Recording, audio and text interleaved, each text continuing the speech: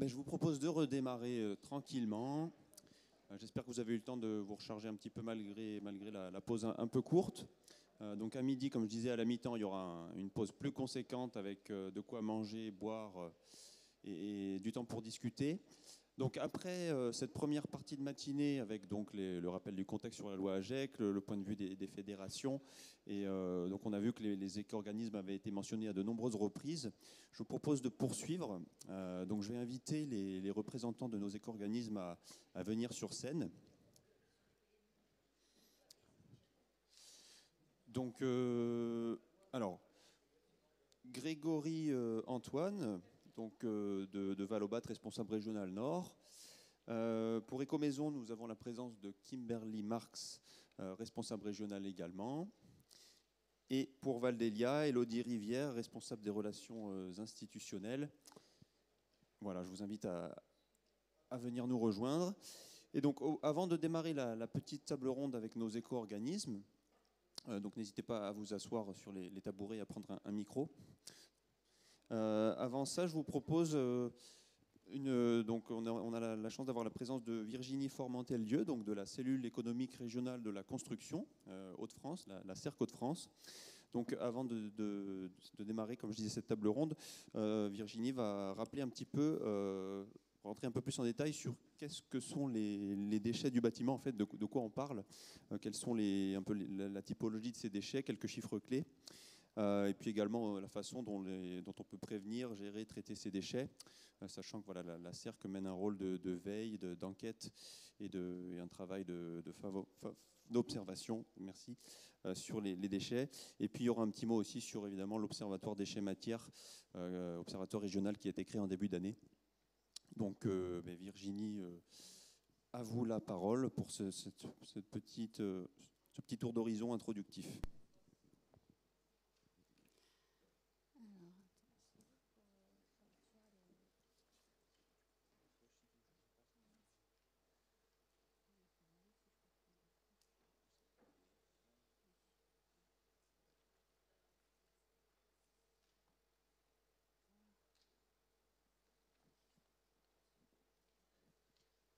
Alors, juste un petit rappel.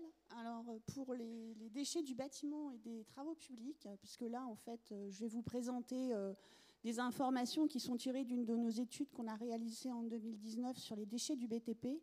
Et donc, il y aura des informations qui seront globales avec BTP et des informations qui seront bâtiments. Simplement un petit rappel que les déchets qui sont concernés sont ceux qui correspondent aux déchets inertes, donc qui sont plutôt liés aux déchets minéraux. Les déchets non inertes, non dangereux, et puis les déchets dangereux. Donc ce sont les trois catégories de déchets qui sont générés à la fois sur les chantiers, qui sont recueillis sur les installations qui traitent les déchets du BTP. Alors en 2019, dans les Hauts-de-France, on a près de 12 millions de tonnes de déchets et matériaux qui sont générés sur les chantiers du BTP. Si on regarde les répartitions, donc on a une partie, la partie la plus importante concerne les déchets des travaux publics. On a 9,8 millions de tonnes qui sont générées sur les chantiers des travaux publics. Ensuite, donc, pour la partie bâtiment, mais spécialisation, avec une spécialisation démolition, donc on a 1 million de tonnes de déchets de démolition qui sont générés dans les Hauts-de-France et 1,2 million de déchets uniquement bâtiment, donc hors démolition. Donc sur la répartition de ces déchets, donc sur les déchets de démolition, donc on voit qu'on a une nette partie des déchets qui sont constitués par des déchets inertes, 70%, 27% sur des déchets non inertes, non dangereux, et puis 3% sur des déchets dangereux. Sur la version bâtiment, donc là, on voit que la répartition est différente, puisqu'on a une majorité de déchets qui correspondent à des déchets non inertes, non dangereux, et qui sont liés le plus souvent à des déchets du second œuvre.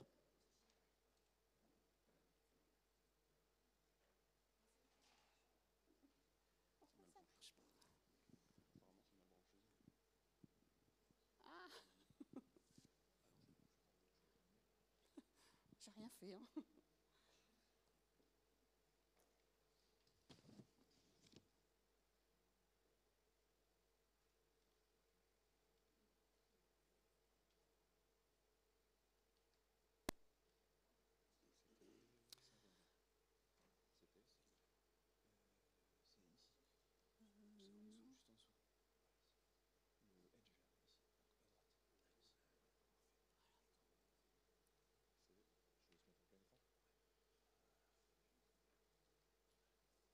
donc là, bon, je reprends. Donc, je vais essayer voilà, je vais reprendre. Donc, je disais qu'on a 12 millions de tonnes de déchets qui sont générés sur les chantiers de bâtiments et travaux publics dans les Hauts-de-France en 2019, et une répartition, donc voilà, 82% avec 9,8 millions de tonnes pour les travaux publics, 1 million pour la démolition uniquement, et 1,2 million pour les déchets, pour le gisement des déchets de bâtiments. Donc, comme je disais, une répartition qui est assez différente entre les gisements qui correspondent à la démolition et les gisements qui correspondent uniquement aux déchets de bâtiments. Donc, sur les déchets de bâtiments uniquement, on a une répartition qui est importante. Pratiquement la moitié des déchets qui sont générés sur les chantiers de bâtiments sont des déchets non inertes, non dangereux, qui correspondent en grande partie à des déchets du second œuvre.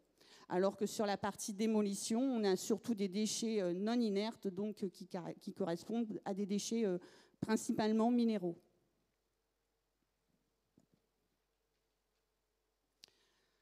Donc un retour maintenant sur le maillage de ces installations. Donc si on ne prend que les installations qui sont spécialisées dans les déchets du BTP, donc ce sont des installations qui n'accueillent que des déchets du BTP et qui n'accueillent pas des déchets autres tels que les déchets ménagers. Donc ce sont vraiment des installations spécialisées. Donc on en a comptabilisé 287 en 2019 sur l'ensemble du territoire régional. Et donc ces installations ont accueilli 9,3 millions de tonnes de déchets, avec une grosse partie qui est concernée par les déchets inertes.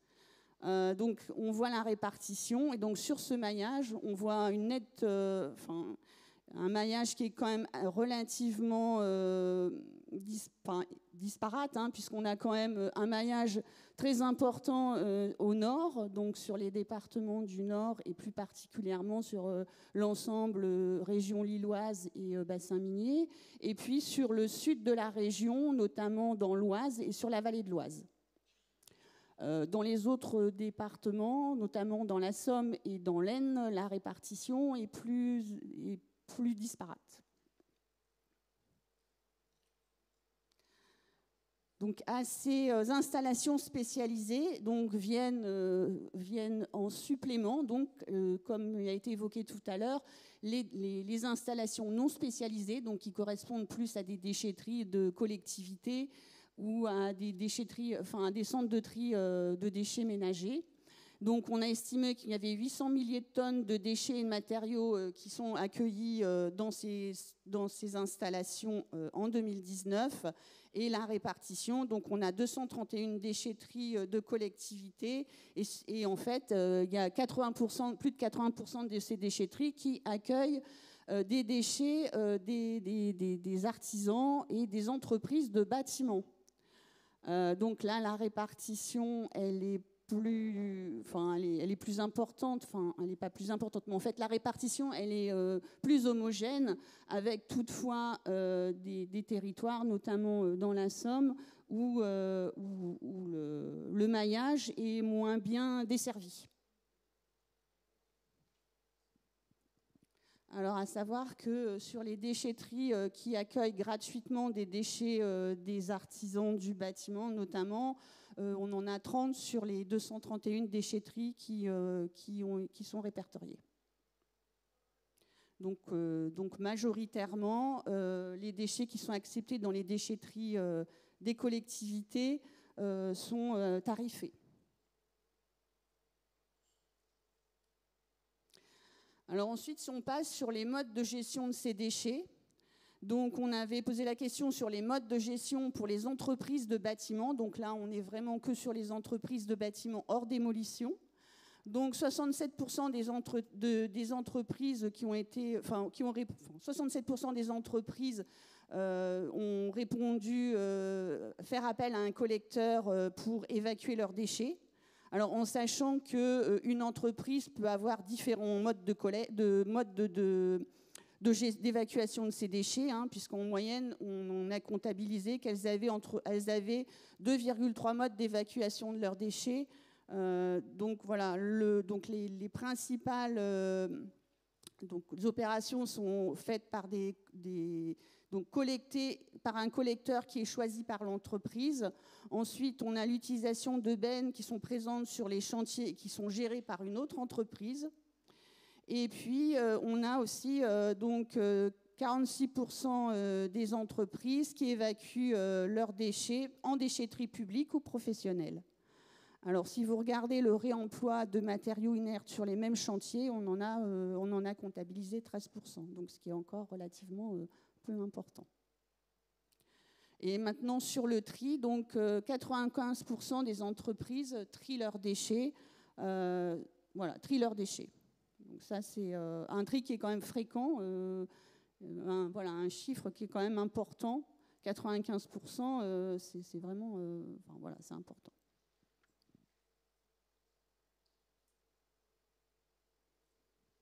Alors maintenant, si on regarde les modes de gestion des entreprises qui sont spécialisées dans la démolition, alors là, on a une répartition qui est assez différente. Là, on a 68% donc, des déchets qui sont évacués sur une installation de déchets par l'entreprise. 55% choisissent un collecteur. Et puis 30% quasiment évacuent leurs déchets en utilisant des bennes qui sont présentes sur le chantier, qui sont gérées par une autre entreprise. Donc là, les modes d'évacuation sont en moyenne de 2,1 modes d'évacuation pour évacuer les déchets. Et donc les entreprises sur le tri, les entreprises de démolition disent, en tout cas, trier quasiment à 100% leurs déchets sur leur chantier.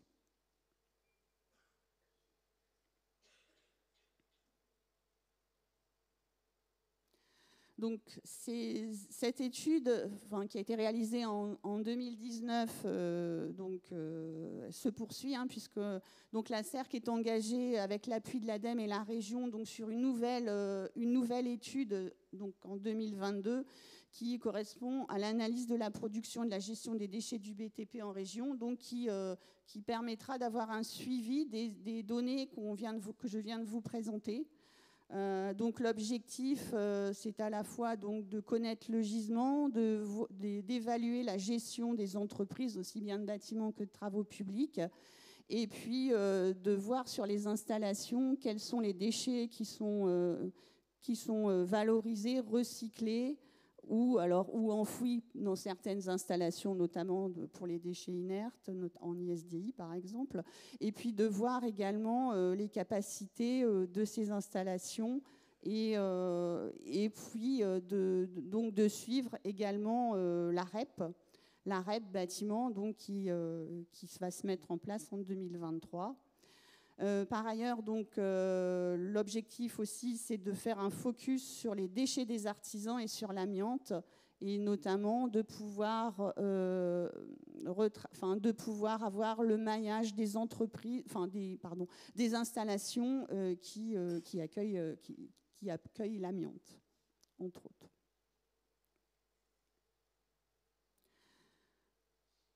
Donc cet ensemble d'observations en fait prend forme également dans le cadre donc, de l'Observatoire déchets matières qui a été mis en place donc, cette année, en mars 2022, par la région, l'ADEME et l'État, et qui est donc une structure qui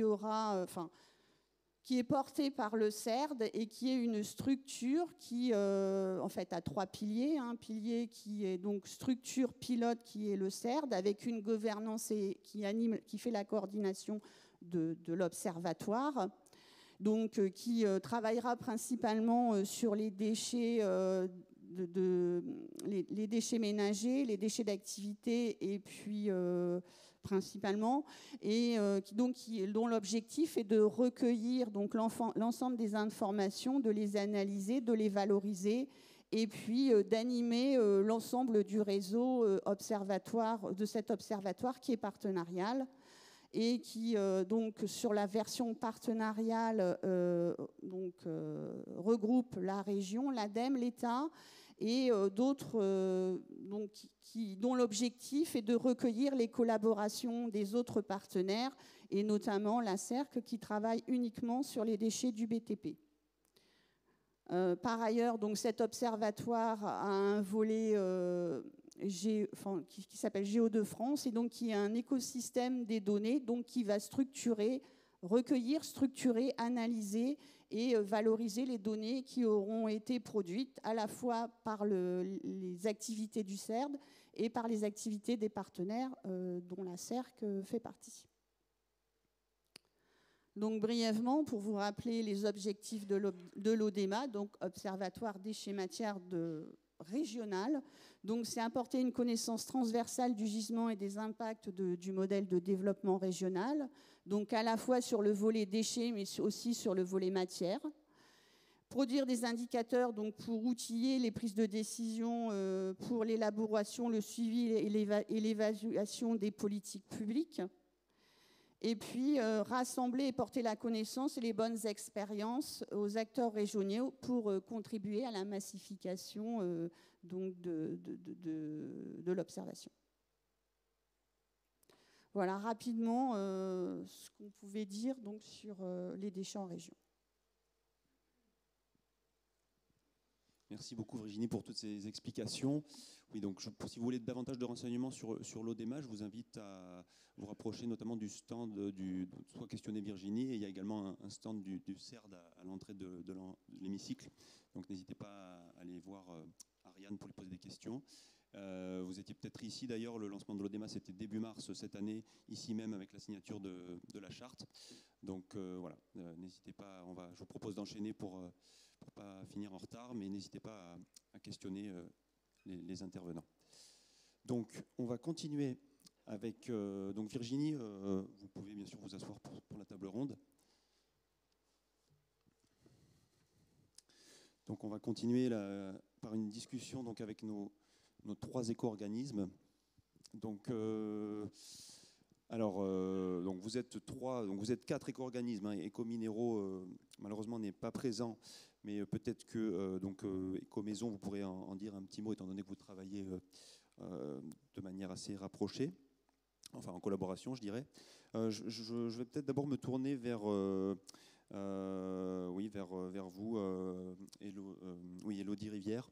Donc, Val-d'Elia, éco-organisme, vous existez donc depuis finalement assez longtemps. Hein. Donc, les filières REP existent depuis longtemps, mais là, la nouveauté, c'est qu'elles arrivent pour le bâtiment. Donc, finalement, quoi de neuf aujourd'hui pour vous? Qu'est-ce que ça va changer? Comment vous... quoi de neuf pour vous aujourd'hui avec cette nouvelle REP? Oui, c'est moi qui commence. Bonjour à tous. Donc, effectivement, Élodie Rivière, je suis responsable des relations institutionnelles chez Val-d'Elia. Et comme vous l'avez bien introduit, Val-d'Elia, on est un éco-organisme qui est déjà agréé depuis 2012 pour la première fois, mais sur les déchets d'éléments d'ameublement professionnels et donc sur les circuits de collecte et traitement de ces produits-là. Et fort de notre expérience en fait, et d'intervention déjà sur les chantiers et auprès des artisans aussi professionnels et distributeurs, on a en fait décalé notre savoir-faire sur la partie bâtiment. Et donc depuis le 10 octobre, nous sommes agréés sur cette filière avec du coup tout ce déploiement qui se passera au 1er janvier 2023. En entendant bien que le 1er janvier 2023 est certes une date butoir, mais on a quand même toute une phase de progressivité et de mise en place commune, comme ça a pu être dit ce matin, avec des éléments qui vont se structurer au fur et à mesure. Donc tout ne se déclenchera pas au 1er janvier 2023 et j'insiste bien là-dessus, mais ne vous inquiétez pas, comme on est 4 éco-organismes et on va pouvoir vous proposer des solutions à la fois pour les metteurs en marché où vous avez l'obligation d'adhérer à un des éco-organismes, mais aussi pour les détenteurs de déchets sur ce déploiement du maillage des points de reprise. Sur ce volet-là, effectivement, nous, Val-d'Elia, on a une vraie volonté de déployer des circuits de collecte complémentaires aux déchetteries de collectivités pour venir les désengorger des produits des artisans et donc de leur proposer des solutions adaptées. On l'a entendu ce matin effectivement avec la CAPEB, avec des horaires adaptés pour les artisans, des temps de présence sur ces points de reprise aussi adaptés contrairement à ces déchetteries de collectivité où parfois, quand on mélange les professionnels et les particuliers, ça peut prendre du temps. Voilà. Donc là, nous, notre effort sur 2023, c'est vraiment là-dessus.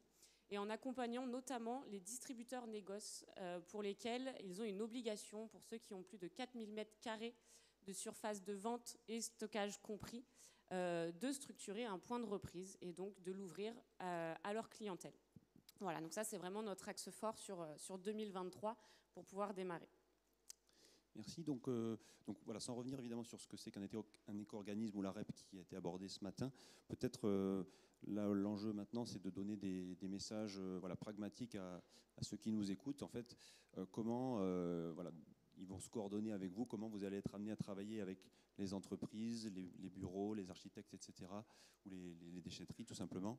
Est-ce que vous êtes 3-4 éco-organismes, quelles sont un petit peu vos spécificités, vers qui finalement se tourner quand on est un détenteur de déchets, quelles sont un petit peu vos spécificités. Donc Élodie Rivière, si vous voulez poursuivre. J'ai commencé un peu à l'évoquer. Voilà, nous, notre spécificité, c'est vraiment d'être un acteur adapté pour les professionnels, donc avec ce déploiement des points de maillage, mais aussi avec une intervention en pied de chantier. Encore une fois, aujourd'hui, on le fait sur la partie meuble. Ça sera une prolongation en fait de nos activités, avec des acteurs qui sont spécialisés sur la collecte en pied de chantier, sur ce fameux tri à la source qui va être très important. Et nous, chez Valdelia, on a aussi une volonté forte. On a beaucoup parlé de déchets ce matin, mais il y a aussi le réemploi et la réutilisation qui est très importante dans cet axe et surtout dans cette filière bâtiment où aujourd'hui on n'est qu'à 1% et on a un objectif de 5% d'ici 2025. Donc il va falloir vraiment dupliquer les efforts sur toutes les parties prenantes. Justement aussi, les architectes peuvent être des clés dans ce déploiement du réemploi. Et pour initier un peu ces projets-là, nous, Valdelia, on a commencé à activer ce réseau en fait, d'acteurs sur le réemploi, notamment en étant partenaire de l'accélérateur du bâtiment circulaire et durable aux côtés des Canaux et de Suez, où on a 12 structures qui ont été sélectionnées et qui vont être accompagnées pendant 16 mois, justement sur le déploiement de solutions bâtiments circulaires. Voilà, ça fait partie des éléments sur lesquels on est assez précurseur et on n'a pas attendu le 1er janvier 2023 pour pouvoir démarrer les travaux. Donc ce sont des entreprises de toute taille finalement, principalement en Nouvelle-Aquitaine, c'est ça je crois? C'est ça, tout à fait. Alors ce programme, oui, il est dupliqué en Nouvelle-Aquitaine, mais encore une fois, c'est parce qu'il fallait démarrer quelque part et qu'il y avait déjà eu des précédentes sessions sur effectivement l'accélérateur bâtiment circulaire en Ile-de-France et je ne voudrais pas dire de bêtises, mais il y avait, et je crois plutôt Auvergne-Rhône-Alpes précédemment, mais là c'est sectorisé Nouvelle-Aquitaine. Mais c'est pour avoir du retour d'expérience et après pouvoir à terme partager et dupliquer ces bonnes pratiques. Merci. Je vais me tourner maintenant donc, vers Kimberly Marx, donc, représentante d'Ecomaison. Donc pour Ecomaison, c'est pareil, vous existez en tant qu'éco-organisme depuis 2011, je crois. Donc vous étiez écomobilier, là vous devenez Ecomaison. Donc c'est pareil, peut-être en fait cette nouvelle REP, comment vous vous l'appropriez, qu'est-ce que ça va changer pour vous finalement, quelle est votre stratégie par rapport à cette REP, toujours dans un souci d'exprimer des choses qui montrent comment vous vous insérerez, comment vous collaborerez avec les entreprises qui peuvent nous écouter. Vous aviez quelques éléments à projeter, je crois, si vous le souhaitez. Ça peut être plus parlant en effet. Très rapidement, bonjour à tous. Donc, je suis Kimberly Marx, la responsable régionale d'Ecomaison pour les régions Hauts-de-France, Île-de-France et Normandie. Donc, en charge de notre partenariat et de la relation avec les collectivités locales et également les opérateurs de tri, de collecte, de traitement qui sont en contrat avec nous. Donc, en résumé, déjà, Ecomaison, donc une présentation assez rapide, même si je sais que vous connaissez déjà un certain nombre d'éléments sur nous. Donc Ecomaison, anciennement Ecomobilier, donc on est un organisme, je vais un peu répéter les propos d'Élodie, nous sommes un éco-organisme qui a été créé en 2011, qui sommes créé depuis 2012 sur la filière du mobilier. Nous sommes avant tout un réseau de plus de 8500 adhérents qui du coup nous ont confié cette mission de mise en conformité réglementaire en ce qui concerne l'ameublement. Nous sommes surtout un maillage sur l'ensemble du territoire national, donc plus de 5800 points de collecte, y compris dans les DROMCOM, avec également 600 partenaires industriels en contrat avec nous sur le tri, la collecte, le traitement et l'exutoire des déchets d'éléments d'ameublement, ce qui représente sur l'année 2021 plus de 1,2 million de tonnes collectées qui ont été recyclées, valorisées ou réemployées à 94%. Et avec cette nouvelle identité Écomaison, nous sommes donc désormais multifilières, donc l'éco-organisme multimatériaux, multifilières qui couvre les produits et les objets de la maison, y compris le bâtiment. Donc voilà un résumé de nos différentes filières. Donc initialement, le mobilier et la literie qui nous a permis de déployer ce maillage de collecte et d'avoir la compétence aujourd'hui du tri, de la collecte et du traitement. J'insiste énormément sur ces trois aspects et également du réemploi. Malgré le fait que sur l'ameublement, nous n'avions pas d'objectif de réemploi bien défini, ça ne nous a pas empêché de l'amorcer, avec plus de 500 conventions signées avec des structures de l'économie sociale et solidaire. Donc vraiment, je pense que ces nouvelles filières symbolisent vraiment pour nous cet élargissement de périmètre, en particulier sur le bâtiment qui représente quand même sur les catégories non inertes pour lesquelles nous avons été agréés 8 fois les quantités collectées que nous avons fait sur le meuble. Donc il y a un énorme enjeu là-dessus, notamment, on les a évoqués précédemment, sur la lutte contre les dépôts sauvages, et également permettre d'accompagner pour mieux trier, mieux recycler, mieux valoriser les déchets produits par le bâtiment. Donc je peux enchaîner aussi, oui, très bien. Sur la diapo suivante, parfait. Donc ça, c'est vraiment pour vous symboliser, vous donner un ordre de grandeur de ce qui est fait aujourd'hui, de la réalité terrain, de la présence d'écomobilier sur l'ensemble du territoire national. C'est 2,5 tonnes de déchets, donc l'équivalent à peu près d'une benne, qui est collectée toutes les minutes en France et gérée par Écomobilier, ce qui nous permet d'être le premier fournisseur aujourd'hui de produits réemployés, de matières premières recyclées ou alors amenées vers une valorisation combustible, via les 220 centres de tri que nous disposons sur l'ensemble du territoire et près de 400 centres de préparation et d'exutoire en France et en Europe, nous permettant donc d'avoir les 94% de valorisation globale, dont 50% de réemploi et de recyclage. Pour revenir sur vraiment la filière bâtiment, donc le projet, la stratégie future d'Écomaison s'articule en 4 axes. Tout d'abord, bon, je l'évoquais précédemment, vraiment devenir l'éco-organisme de la maison, avoir une sorte de guichet unique pour les produits et matériaux de la maison dans son ensemble.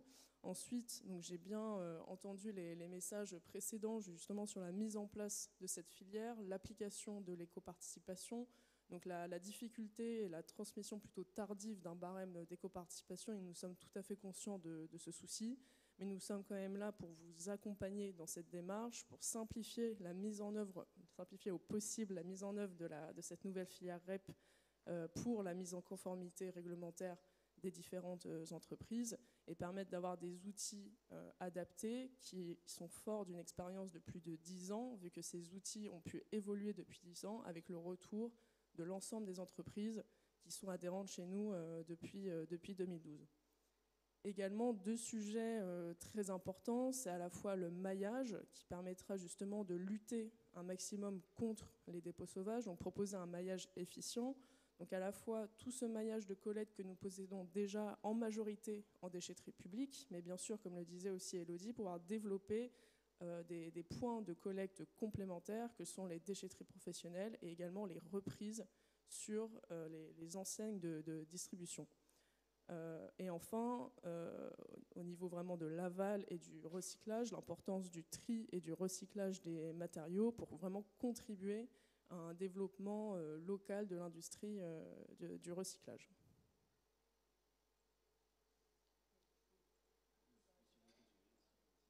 Et juste pour terminer sur vraiment la présentation de la stratégie d'Écomaison, c'est vraiment en fait d'offrir un service de reprise pour tous les matériaux et produits de la maison, avec une sorte de raisonnement par matériaux pour justement simplifier le message, pour pouvoir mutualiser justement les flux, tout ça sur quelque chose qui est multifilière, sous un format de tri complet ou de tri simplifié. En bref, c'est pouvoir en fait équiper ces nouveaux points, donc en plus des déchetteries publiques, donc des points professionnels, que sont donc les déchetteries et également les enseignes de négoce. Merci beaucoup. Donc je vais maintenant me tourner vers vous, Grégory. Donc vous représentez Valobat. Je crois que celui-là fonctionne pas. Enfin, bon, pour Valobat, l'histoire est un petit peu différente puisque vous êtes un organisme nouvellement créé justement pour l'arrivée de cette REP bâtiment. Vous avez été créé il y a 1 an ou 2, une petite cinquantaine d'entreprises du bâtiment qui se mettent d'accord ensemble pour construire cet éco-organisme. Donc voilà, quelle a été justement votre démarche, peut-être retourner un peu sur la genèse de cet éco-organisme, et après quels sont évidemment les types de déchets que vous allez traiter. Voilà, à vous la parole. Merci. Donc bonjour à toutes et tous. Donc oui, effectivement, Valobat, c'est une structure qui a été créée au mois d'août, début août l'année dernière. Fruit d'un premier groupement, on va dire d'une petite trentaine, il y en avait un peu moins d'actionnaires au départ, donc qui sont les actionnaires constitutifs de Valobat, qui sont maintenant presque 50, on doit être 48 je crois, parce qu'il y en a 6 qui viennent de rentrer de nouveau. C'est principalement des entreprises qui vont être des fabricants de matériaux qui vont avoir vocation à être déployés sur des chantiers.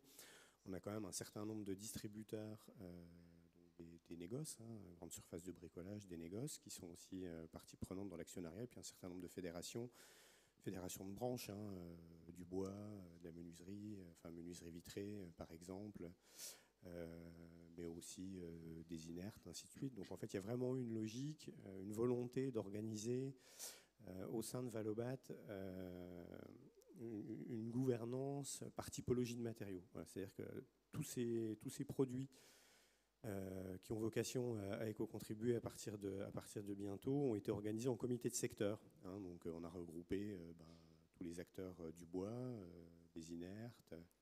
Une des spécificités aussi effectivement de Valobat, on ne l'a pas dit, c'est d'être agréé sur les 2 catégories, inerte et non inerte, donc de couvrir tout le spectre de la filière. Et puis ces comités de secteur, pour toutes ces... celle-là on peut la passer, on l'a déjà dit et redit en fait, également. On va garder ça après, ouais, ça va être intéressant. Et donc ces comités de secteur sont organisés de manière à ce que, dans l'esprit, les recettes, donc des éco-contributions pour chacune de ces grandes familles de matériaux au sein des 2 catégories, quelque part couvrent les charges qu'on prévoit d'avoir sur les logistiques à déployer. Donc je voudrais, voilà, ça c'est une chose qui est intéressante, l'état des lieux de la reprise à l'heure actuelle de ces déchets. Donc on l'a dit, le gisement on est 46 millions de tonnes, les 2/3 de l'origine c'est actuellement géré sur les chantiers. Alors avec un certain nombre de pratiques, je ne vais pas revenir sur ce qui a déjà été dit jusqu'à présent, mais en France on compte quand même actuellement un réseau de 4600 déchetteries publiques et je vous répondrai un peu spécifiquement là-dessus. Environ un peu plus de 400 déchetteries professionnelles, il y a un peu de reprise qui est déjà organisée chez les distributeurs, principalement Point P qui a déjà en place des déchetteries, à vocation pas que, mais entre autres, à vocation de leurs clients de manière à ce qu'ils puissent ramener, puis un certain nombre de collègues spécialisés, alors ça va être de la reverse logistique, des petits schémas qui existent. Alors, sur les déchetteries publiques, je voudrais revenir quand même un peu là-dessus, parce que moi je viens d'une collectivité. Précédemment, je travaillais chez Evodia, c'est le syndicat départemental de traitement dans les Vosges, donc il y a 38 déchetteries. Et j'y gérais notamment les filières. Il y en a 22 qui prennent les pros avec une carte à puce, un moyen de paiement unique. Alors oui, ça peut répondre à un certain nombre de besoins, dans la limite des contraintes de la configuration de la déchetterie, qui à la base a été financée par l'argent des ménages avec la taxe. Donc voilà, il y a un problème de fiscalité dans la gestion du déchet par les collectivités qui fait que malheureusement, il est difficile de les contraindre. Et puis de toute façon, il n'est pas possible de les contraindre. Ça s'appelle la libre administration des collectivités. Donc on ne peut pas leur imposer soit de prendre les pros ou pas prendre les pros. Ça reste quelque part une décision politique sur chacun des territoires. Donc je vous invite à travailler les meilleures relations qui soient avec les interlocuteurs que vous avez dans les collectivités. Ouais, je veux bien qu'on passe. La volonté de Valobat va effectivement être de travailler vers tous les canaux de reprise qui ont été identifiés. Donc on vient de le dire, les déchetteries publiques, mais ça arrivera dans un deuxième pas de temps parce que d'abord, il va falloir agréer un organisme coordonnateur qui sera le guichet unique des collectivités et pourra proposer le contrat unique qui sera le fruit du travail commun de nos 4 éco-organismes. Donc les distributeurs, bien entendu, je ne vais pas faire de redite par rapport à ces questions de seuil, mais ceci étant, ils ont un vrai rôle à jouer, les distributeurs qui sont dans le cadre de cette obligation de reprise. Et d'ailleurs, j'ai envie de dire, ça a tout son sens, et notamment dans l'expérience et dans le service proposé à leurs clients. Quelque part, moi j'ai envie de dire, l'artisan à l'heure actuelle, si effectivement il a la chance de pouvoir accéder à sa déchetterie publique, ben, oui c'est bien, ça peut lui offrir une solution de proximité. Ceci étant, il faut qu'il aille à un endroit pour déposer ses déchets. Peut-être qu'il va se dépêcher de rentrer en fin de journée pour arriver avant la fermeture, dans des horaires contraints aussi, qui ne sont peut-être pas ceux de sa profession. Et puis il va devoir, après le lendemain matin, aller chez son distributeur pour se faire recharger, parce que quand bien même on lui aurait livré une bonne partie des matériaux pour démarrer le chantier, il en manque toujours un peu. Donc quelque part, ça peut être aussi l'opportunité d'avoir un meilleur service à rendre aussi à tous ces professionnels, et je pense surtout aux petites quantités, aux diffus, de pouvoir aller chez le distributeur le matin, se faire préparer sa commande et accéder à un point de reprise. Et voilà. Il y a aussi un moment, une vraie logique et quelque part un gain de temps, des distances en moins à faire, un gain de temps, et puis un accueil qui sera plus dédié à l'artisan plutôt que dans un maelstrom au sein d'une déchetterie publique qui sont souvent très contraintes en termes de foncier, surfréquentées. Donc c'est pas toujours évident. Et puis, bien entendu, on l'a dit, les points de reprise professionnels, et qui là, du coup, sont beaucoup mieux dimensionnés pour accepter le cas du petit camion plateau 3,5 tonnes qu'on a bien chargé avec un monomatériau bien trié à l'issue du chantier, mais au moins, on va pouvoir basculer dans une alvéole. C'est autrement plus pratique pour gérer des quantités. Ensuite, on va aussi s'adresser également à certaines entreprises qui font déjà de la dépose. Je vais prendre le cas du menuisier qui dépose des fenêtres, remplace une vieille fenêtre par une nouvelle qui est plus performante. Et bien souvent, il les ramène déjà chez lui et il organise déjà à ses frais la gestion de la fin de vie de ces menuiseries. Effectivement, on pourra reprendre dans un certain nombre de conditions directement, c'est-à-dire opérer en lieu et place de son gestionnaire de déchets actuel ces quantités. Puis enfin, les chantiers, on n'en a pas trop parlé pour l'instant, mais bon, il y a quand même un seuil qui a été introduit dans le cahier des charges qui s'impose à tous les éco-organismes, c'est qu'en dessous de 50 mètres cubes, il n'y aura pas à terme de prise en charge, en tout cas d'une quote-part du coût du transport. Par contre, pour la collecte sur les chantiers de plus de 50 mètres cubes, là, le parti pris, la position de Valobat, je ne sais plus qui en avait parlé, mais on ne souhaite pas interférer dans la relation entre les entreprises de travaux et leurs gestionnaires de déchets, puisqu'ils ont l'habitude de travailler ensemble, ils le font très bien, ils se connaissent. Donc en fait, charge à l'entreprise de travaux de déclarer le gestionnaire de déchets avec lequel elle souhaitera travailler pour que Valobat puisse lui régler les soutiens correspondants aux quantités qui pourraient être gérées avec l'application des réfactions sur le traitement des inertes et la prise en charge d'une cote par transport. Voilà. Et puis pour un des thèmes qui nous concerne aujourd'hui, donc sur le volet réemploi, bon, c'est une obligation qui s'impose au travers du cahier des charges d'agrément à tous les éco-organismes. On a 6 mois pour construire un plan d'action à destination du réemploi. Valobat y travaille aussi activement. On commence à partir de début décembre à recevoir un certain nombre d'interlocuteurs. Donc là, c'est Jérôme Dassigny chez nous qui travaille là-dessus, qui est notre directeur des relations publiques. Donc si vous avez besoin d'un contact, vous revenez vers moi, je vous réorienterai vers lui. Je peux gérer la mise en relation. Ce que je peux vous dire, c'est qu'effectivement, c'est une vraie priorité. Et puis tout le monde en est conscient. Enfin, dans la salle, ici à cette table ronde, on a tous intérêt collectivement à faciliter le réemploi. La première obligation qui est faite pour l'instant aux éco-organismes, ça va être de pourvoir au financement des espaces réemploi sur les points de reprise. Donc effectivement, ça va donner de la visibilité, ça va augmenter l'accès à un gisement de matériaux réemployables. Ceci étant, il y a un vrai travail d'accompagnement à faire pour structurer et l'offre en matériaux de réemploi et la demande pour un certain nombre de professionnels qui voudraient les réutiliser. Alors avec toutes les questions de limites assurantielles et compagnie, mais pour ça, il y a plein d'architectes qui travaillent déjà là-dessus pour pouvoir certifier des matériaux. Je pense surtout aux matériaux de structure qui sont plus difficiles à réutiliser. Alors on va mettre des coefficients de surdimensionnement, des choses comme ça, plutôt que des choses qui sont plus du domaine de l'équipement. Voilà, j'ai été trop long, je suis sûr. Non, ça va, vous inquiétez pas. Justement, est-ce qu'il n'y a pas un petit risque à ce que le réemploi, c'est un peu l'oublié de la REP? On va sans doute favoriser le recyclage, la valorisation maximum. Il y a quand même ces objectifs de réemploi. Vous en avez parlé. Il n'y a pas un petit risque que ça passe un petit peu dans l'ombre, cette partie-là? Non, du tout. Alors oui, j'entends, vu comme ça, de manière, je vais le dire comme ça, de manière un peu légère, oui. Dans l'étude de préfiguration de l'ADEME, on considère qu'on n'atteint même pas 1% de réemploi dans ces 46 millions de tonnes. Il faudrait passer à 2% fin 2024. Alors on peut dire que ce n'est pas ambitieux, 1%, mais ceci étant 1% à l'échelle de 46 millions de tonnes, ça va quand même nous occuper un peu tous, et puis après monter à 4. Après, c'est un objectif minimum. Rien ne nous empêche d'aller au-delà. Moi, je vais mettre 5 € sur la table, on s'en verra dans quelques années. Moi, je pense que collectivement, et à l'échelle de cette filière, et avec une évolution favorable de la prise de conscience de tout le monde de ce qui se profile pour les décennies à venir, j'ai envie de croire qu'on sera tous capables d'aller rapidement au-delà. En fait, voilà. Moi, j'ai envie d'y croire, et nous, de notre côté, Valobat, de toute façon, fera tout ce qu'il pourra pour accompagner.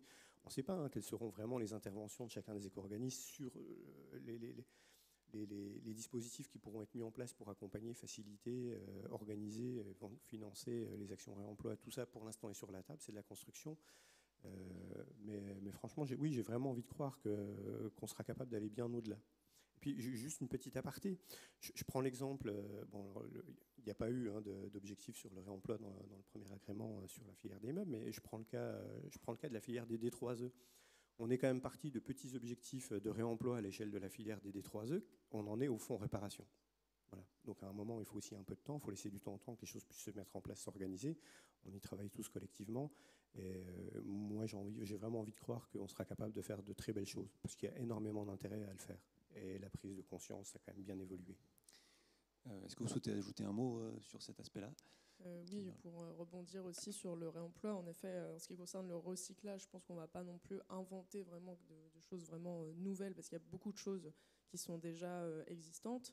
En revanche, justement sur le réemploi, et ce ne sera pas du tout mis de côté, il y a toute une nouvelle filière à créer, à la fois du côté des points de maillage, donc des points d'apport volontaire, des liens à créer avec les structures de l'ESS.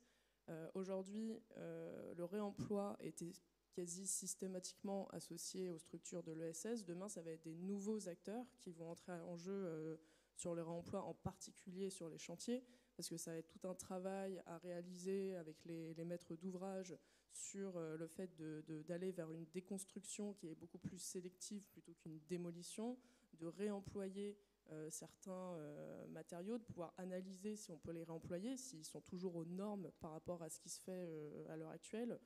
Donc c'est vraiment toute une étape de diagnostic. On en parlait en introduction sur ce diagnostic qui permet d'analyser justement la volumétrie qui peut être réemployée suite à une démolition, une déconstruction du coup, et aussi la qualité du gisement qui est récupéré. Donc je pense que le réemploi est vraiment au cœur de cette filière. Il y a justement des objectifs ambitieux. Donc nous, c'est vraiment pouvoir accompagner les maîtres d'ouvrage aussi à intégrer dans le futur, dans les futurs projets de cahier des charges des matières réemployées, et pouvoir les accompagner et les diriger vers ce sujet qui est on ne peut plus important aujourd'hui. Élodie Rivière. Alors juste peut-être en complément pour éviter de faire de la redite, mais il y a un certain pragmatisme. Effectivement, le recyclage va être la priorité parce que il y a déjà des filières existantes et que c'est un peu du concret aujourd'hui pour tout le monde. Et ce réemploi, c'est moins palpable, il y a une vraie difficulté. Par contre, en parallèle de ça, on a quand même, donc nous, ces fameux objectifs, mais aussi des études qu'on doit mener sur l'année à venir, sur notamment l'identification des matériaux potentiellement réemployables, les modalités effectivement de dépose de ces produits et donc de l'identification du gisement disponible sur le réemploi. Donc ça, on travaille, donc nous, 4 éco-organismes en lien avec l'ADEME et les pouvoirs publics sur cette étude. Donc ça permettra aussi d'avoir un élément déclencheur sur le déploiement du réemploi et de la réutilisation, hormis tous les travaux individuels qu'on pourra mener, nous, éco-organismes. Merci. J'aimerais maintenant tourner peut-être vers vous, Virginie. Donc les éco-organismes, certes, donc vous allez travailler de manière opérationnelle avec les entreprises. Et simplement une question, est-ce que vous aurez aussi... je m'adresse à vous tous, mais peut-être un peu plus à Virginie. Est-ce qu'il y a des travaux qui vont être engagés justement donc vous aurez forcément une vision sur les flux que vous traiterez, donc des données assez conséquentes. Est-ce qu'il y a des travaux qui sont déjà envisagés ou pas, par exemple avec la CERC dans le cadre d'un ODEMA? Est-ce que, je suppose que vous collaborez, si oui, de quelle manière? Alors, je pense que si la collaboration se fait avec les éco-organismes, donc soit elle se fera en région, soit elle se fera au niveau national, et nous, on a un réseau national aussi, des cellules économiques. Donc voilà, ça je ne peux pas vous répondre sur le fait qu'on aura des études avec les éco-organismes. Cependant, sur quoi je peux vous répondre, c'est que nous, dans notre programme de travail prochain, on espère travailler sur les filières et notamment sur le plâtre pour débuter, et puis peut-être avec l'ADEME et la région. Dans le cadre de l'observatoire, et nous, dans le cadre de nos activités d'observation sur le bâtiment et les travaux publics et les matériaux de construction, et donc étendre par la suite donc cette observation sur les filières à d'autres filières, et notamment aux filières prioritaires qui sont sur les 7 flux. Voilà. Un complément de votre part à l'un de vous trois, non ? Pas vraiment un complément, parce que vous reparlez du plâtre, et puis on a été interpellé par le jeune homme qui est là-haut au sujet du taux de recyclage du plâtre actuel. Donc pourquoi est-ce qu'on en est là ?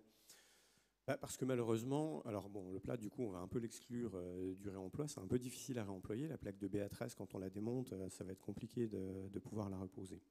C'est lié à la fragilité du matériau. Ceci étant, le plâtre, c'est du gypse, ça se recycle super bien. Globalement, ça marche, ça fonctionne un peu comme le verre bouteille, ça se recycle à l'infini. On remet toujours un petit peu de matériau neuf. Pourquoi est-ce qu'on en est là à l'heure actuelle sur la reprise du plâtre ?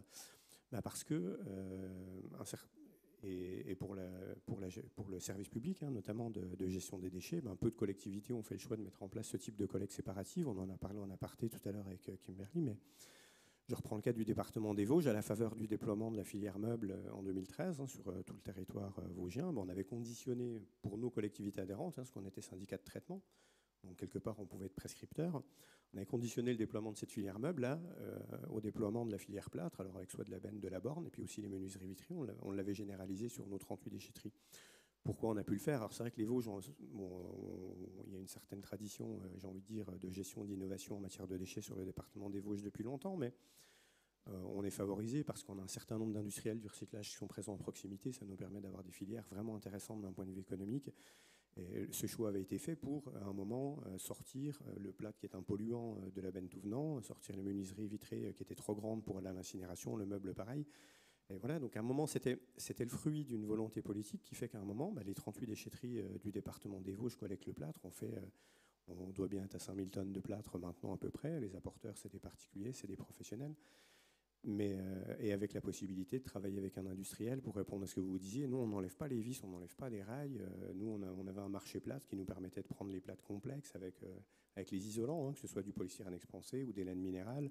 Même les plafonds en latiplâtré, on les prenait tels quels, et notre industriel s'est séparé le gypse du reste. Mais ce type d'installation, elles ne sont pas pléthores en France. Il n'y en a pas assez pour pouvoir, à un moment, absorber tout le gisement, dans des conditions économique et environnementale acceptable. Et quand je dis environnemental, je pense notamment au coût du transport. Ce ne serait pas raisonnable d'aller chercher du plâtre à Brest pour le faire traiter là.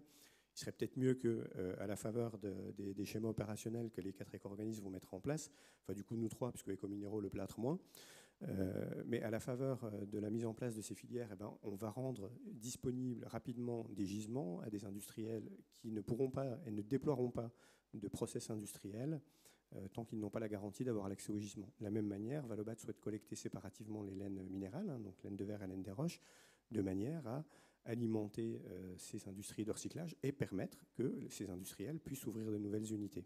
Voilà. Merci. Avant de passer à la phase de questions, peut-être justement un petit mot de complément sur Écominéraux qui n'est pas présent aujourd'hui. Alors Écomaison, je sais que vous travaillez un petit peu de pair avec Écominéraux. Typiquement, une entreprise qui travaillerait avec l'un de vous deux n'aura pas forcément à se soucier d'avoir un interlocuteur chez les 2 éco-organismes. Il y aura vraiment un lien qui se fait entre vous. Est-ce que vous pourriez peut-être nous donner une phrase pour expliquer un petit peu quel déchet traitera Écominéraux et comment ça va se passer je vais essayer de parler pour eux, du coup. Donc Écominéraux, au même titre un peu que Valobat, est un éco-organisme récent, donc qui vient d'être créé, mais focalisé du coup sur les matières minérales. Écominéraux a donc été agréé sur la catégorie 1 des déchets inertes du bâtiment.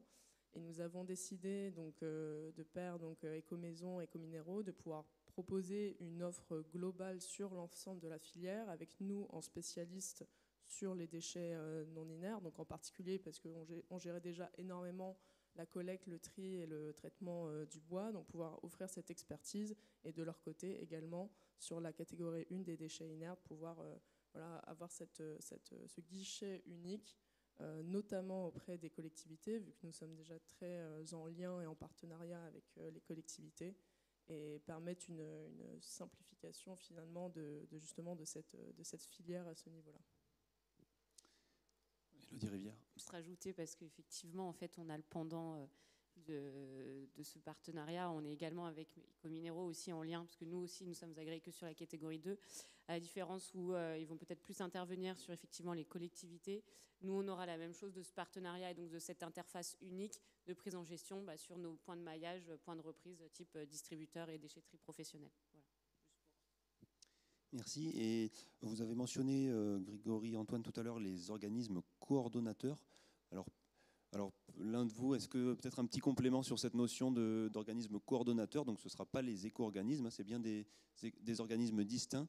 Comment ça va se passer avec ces organismes coordonnateurs pour que ce soit clair pour l'Assemblée? Alors bien que la question ait été posée à Grégory, je me permets de prendre la parole, parce que du coup je suis ces travaux dans mes fonctions.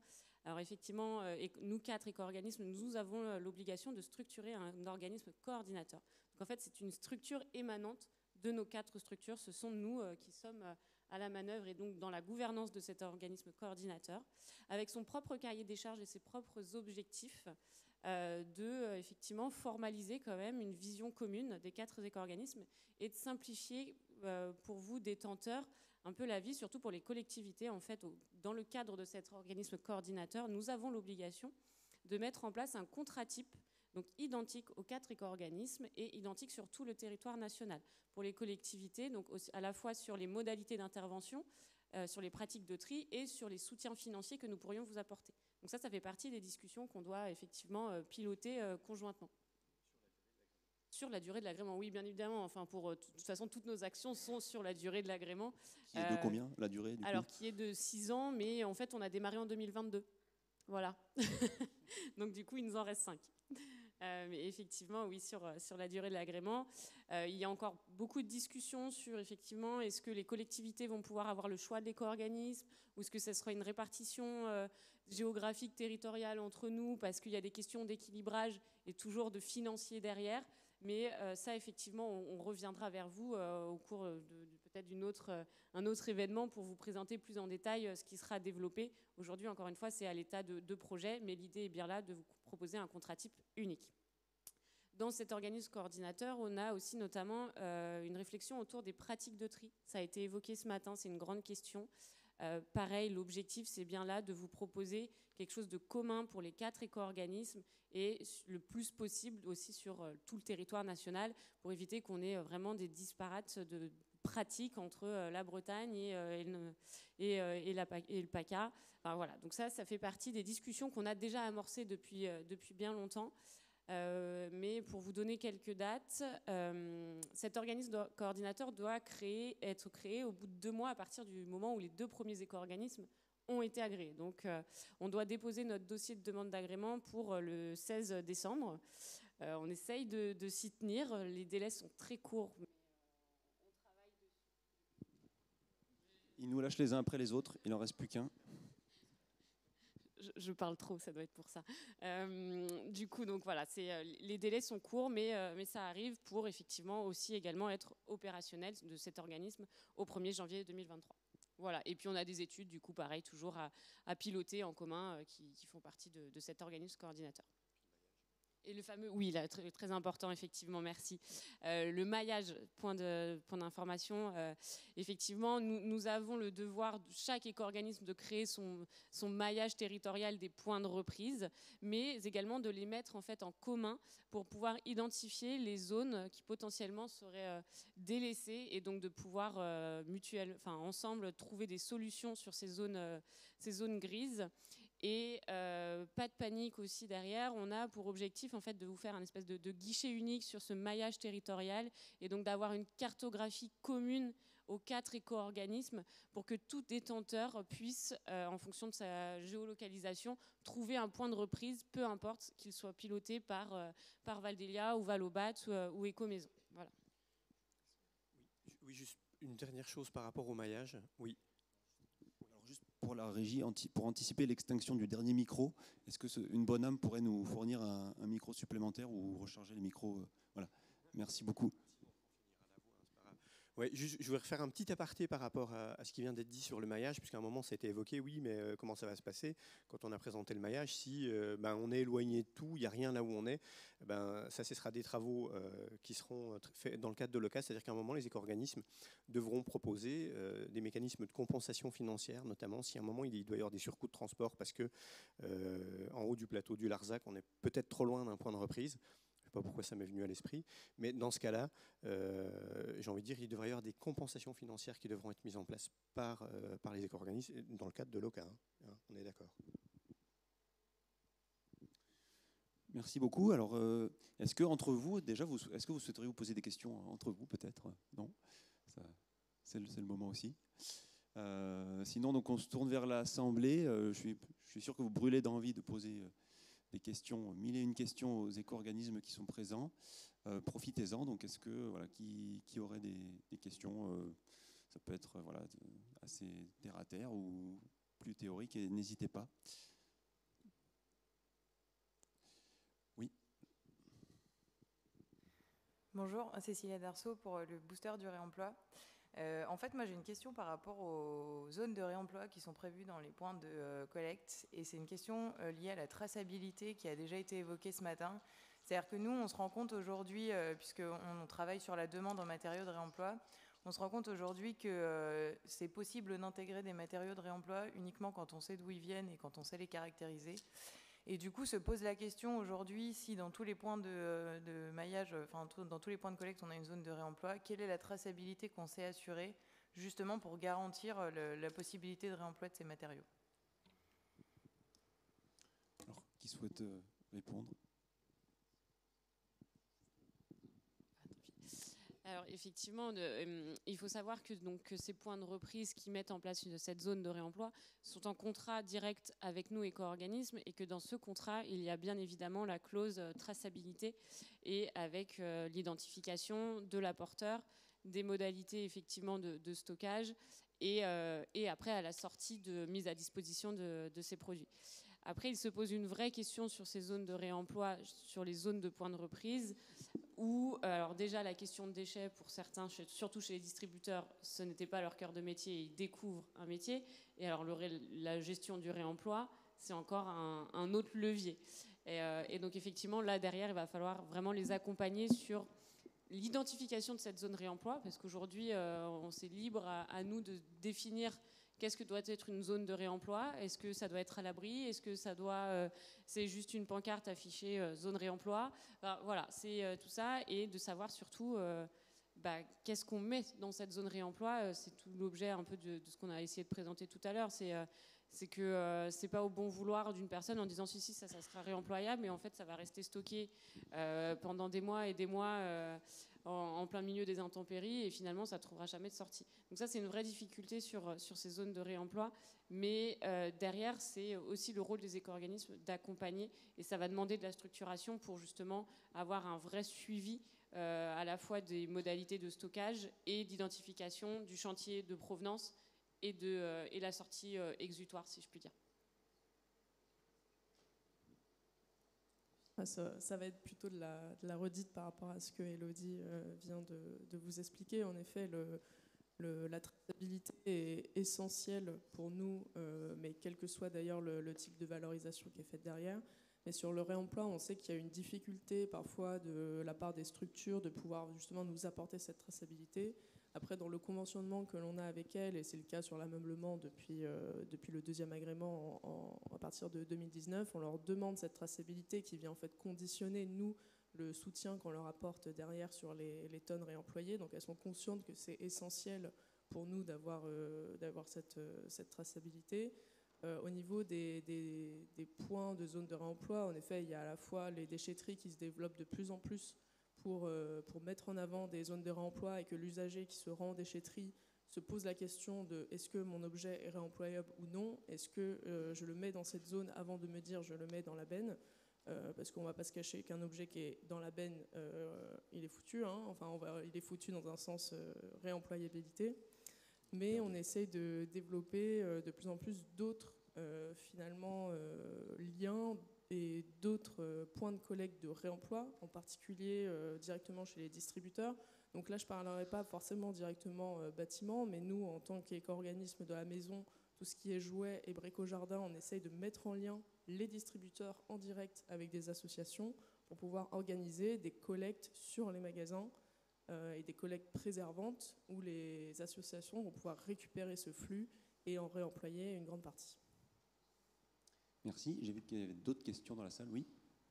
Alors, Anne Charlot, cabinet conseil en aménagement du territoire et entreprise. Je me posais la question plutôt des déchetteries publiques, les modalités d'accompagnement, car je sais, connaissant certains territoires où il y a des disparités extrêmement importantes en matière d'accueil déchets, gisements. La question, je pense, le terme va sans doute changer à terme. Je pense à la Vendée qui a fait un excellent travail et très novateur en matière de sélection des déchets. Là, vous allez devoir, ces déchetteries, qui porteront peut-être un nouveau nom à terme, vont évoluer au fur et à mesure de vos réflexions, notamment en termes de réemploi et de déconstruction sélective. Donc, quelles sont les modalités, j'imagine que les institutions aussi sont concernées, mises en œuvre? Comment dire, j'ai envie de dire, d'une manière générale, les déchetteries publiques, depuis qu'elles existent, elles ne font que ça. Évoluer, se transformer. Et comme je l'ai dit tout à l'heure, moi après, la position de Valobat pour l'heure, alors après c'est un travail qui doit être mené en concertation tous les éco-organismes, dans le cadre des travaux de l'OCA bien entendu. Après la position de Valobat pour l'heure, c'est peut-être de pouvoir leur proposer le schéma le plus souple possible, de manière à pas, j'ai envie de dire, on ne peut pas imposer un schéma avec une multiplication de flux sur un certain nombre de sites qui ne sont pas en capacité de les absorber. Je veux dire, à un moment, il y aura des investissements qui seraient un peu trop lourds à porter, que les collectivités n'ont pas forcément envie d'assumer. Donc ça reste difficile, j'ai envie de dire qu'il faudra faire un peu preuve de pragmatisme. Moi j'ai envie de penser aussi que de toute façon il va s'opérer naturellement un transfert de flux depuis les déchetteries publiques vers un certain nombre, vers les autres typologies de points de reprise, donc chez des distributeurs d'une part, sur des déchetteries professionnelles d'autre part. Pourquoi ? Pour la bonne et simple raison qui est qu'on est sur deux pas de temps. Comme vous l'a dit Elodie tout à l'heure, il y a une démarche de création de l'OCA qui ensuite devra être agréée, qui ensuite, sous un mois, devra proposer un contrat type aux collectivités. Seulement à partir de là, elles pourront s'engager dans un processus de contractualisation. Donc quelque part, un certain nombre de points de reprise au national vont déjà ouvrir à partir de début janvier, vont permettre aux professionnels de profiter de la reprise sans frais, chose que ne pourra pas proposer la collectivité, qui était dans un schéma d'acceptation payant. Vous voyez ce que je veux dire ? Donc de toute façon, naturellement, il va commencer à s'opérer un petit transfert de flux. Alors, je ne veux pas parler des effets pervers dans lesquels, quand on n'a pas accès pour le professionnel aux déchetteries publiques du territoire ou accès payant, on laisse le déchet à l'issue du chantier chez le ménage, comme ça, il ne paye pas, c'est lui qui l'amène le dimanche. Ça existe, bien entendu, mais j'ai envie de dire, ces effets-là ont vocation à se raréfier, à disparaître dans le temps, quelque part. Mais les collectivités qui voudront s'engager dans la reprise, dans le service rendu aux détenteurs de déchets seront bien accueillis par tous les éco-organismes, mais on ne pourra pas imposer les choses. Merci beaucoup. Alors, est-ce qu'il y a d'autres questions ? Levez la main bien haut. Alors, Guillaume Sigier. Oh, nickel, merci beaucoup. Oui, donc Guillaume Sigier pour NeoEco, spécialisé en économie circulaire, justement. La question, c'est aujourd'hui, est-ce que votre approche, vous la voulez partout en France de la même manière, sur les mêmes types de réemploi, ou est-ce que vous souhaitez avoir des particularités locales, puisqu'on sait qu'aujourd'hui, la construction, notamment sur les anciennes constructions, on a quand même des particularités locales assez spécifiques, et que souvent, ce sont des ressources que l'on va rechercher. On en a beaucoup dans les Hauts-de-France, des spécificités justement sur les types de pierres, sur des types d'éléments ou quoi que ce soit, et puis la spécificité, c'est celle-ci. Est-ce que l'approche donc est plutôt une approche générale pour que tout le monde soit à la même enseigne, ou est-ce qu'on doit adapter finalement au niveau local la démarche aujourd'hui de l'éco-organisme ? Je pense que vous avez déjà répondu à votre question. Merci Guillaume. Non, mais effectivement, bien évidemment, on va devoir fixer un peu des lignes directrices sur quelque chose d'assez commun. Mais oui, c'est le terrain en fait qui va faire remonter les besoins. Donc clairement, on ne fera que s'adapter à la demande. Enfin, le réemploi, de toute façon, c'est faire correspondre l'offre et la demande. Donc on ne pourra que suivre ça. Oui, voilà, juste pour insister dessus, l'offre de service, elle sera globale pour assurer une homogénéité sur l'ensemble du territoire et même du coup les DROMCOM qui sont compris dans cette proposition d'offre de service. Après, on est conscient que chaque territoire, chaque ville, chaque déchetterie, pour revenir sur les déchetteries publiques, a sa particularité, sa configuration. Et nous, on est là pour accompagner, pour développer bien sûr le local et proposer des solutions qui sont adéquates avec les configurations ou ce qui est déjà disponible. Et pour compléter, moi je ne veux pas nous renvoyer c'était les lois Voynet, 96, logique, bassin de vie, territoire, ainsi de suite. Mais quelque part, j'ai envie de dire qu'au-delà, bien entendu, de schémas directeurs qui devront être posés, il y a une vraie logique à ce qu'à l'échelle d'un bassin de vie cohérent, de pratique architecturale, parce qu'on a un gisement de matériaux à un endroit, on ne l'a pas ailleurs, que ça s'organise aussi, j'ai envie de dire, autour de petites échelles et notamment de manière à limiter l'impact du transport, que ce soit en matière de coûts financiers, environnemental, pour bien réutiliser. Et ça a tout son sens dans la logique du réemploi aussi, à un moment de se limiter peut-être, enfin pas se limiter, c'est pas le mot limiter, mais en tout cas de se concentrer sur un périmètre qui aurait une certaine cohérence. Merci. Alors j'ai vu qu'il y a une question, Jean-Michel. Oui, moi j'avais une question sur les montants. Aujourd'hui, on part d'une feuille blanche, donc le montant est fixé sur la base d'études. Le principe d'une REP, en général, c'est que par l'optimisation des process, etc., les montants évoluent plutôt à la baisse. Et comme il y a des gens différents, d'une certaine façon concurrents, même si vous travaillez ensemble, est-ce qu'il y a des mécanismes prévus de revalorisation? Comment ça va marcher, ça? Juste une précision, revalorisation de quelle partie? Vous voulez parler des barèmes amont ou des soutiens aval ou de tout? Barème amont. Barème amont, je veux bien commencer un début de réponse. De toute façon, ça a été une volonté des pouvoirs publics pour limiter l'effet inflationniste du déploiement de cette filière dans un contexte compliqué, déjà inflationniste. Donc c'est pour ça que sur les chantiers, il n'y a pas de prise en charge de coûts de transport sur l'année 2023. Il y aura seulement la moitié du coût de transport prévu prise en charge en 2024, puis 80 en 2026. Et puis sur le traitement des inertes, pareil, ça c'est les pouvoirs publics qui ont décidé qu'on appliquerait une réfaction. Que 50% du traitement des inertes pris en charge, puis 80, puis 100 à partir de 2025. Mais donc inévitablement, enfin de facto, sur le montant des éco-contributions qui sont perçues, j'ai envie de dire à ISO, périmètre de matériaux et de quantité à collecter à l'instant T, vous avez besoin d'un montant, enfin d'une masse financière moindre en 2023, puisque vous ne prenez pas de transport sur les chantiers et que 50% du traitement des inertes. Et forcément, vous devrez à un moment faire contribuer plus pour qu'à un moment, vous puissiez en face assumer ces charges nouvelles, mais qui viennent dans le cadre d'un mécanisme de progressivité et qui s'impose à toute la filière. Oui, en effet, la revalorisation peut arriver au niveau des barèmes. Nous, ça a été le cas, en tout cas, sur l'ameublement, où on a revu nos montants d'éco-participation pour l'année 2020. Après, on sait que c'est beaucoup de travail à mettre en place, que une recodification, une revalorisation, un changement des barèmes engendre beaucoup de modifications et de travail. Donc, on va le revaloriser, être attentif sur la valeur de ce barème amont. On ne va pas non plus vous demander de changer toute la codification tous les ans.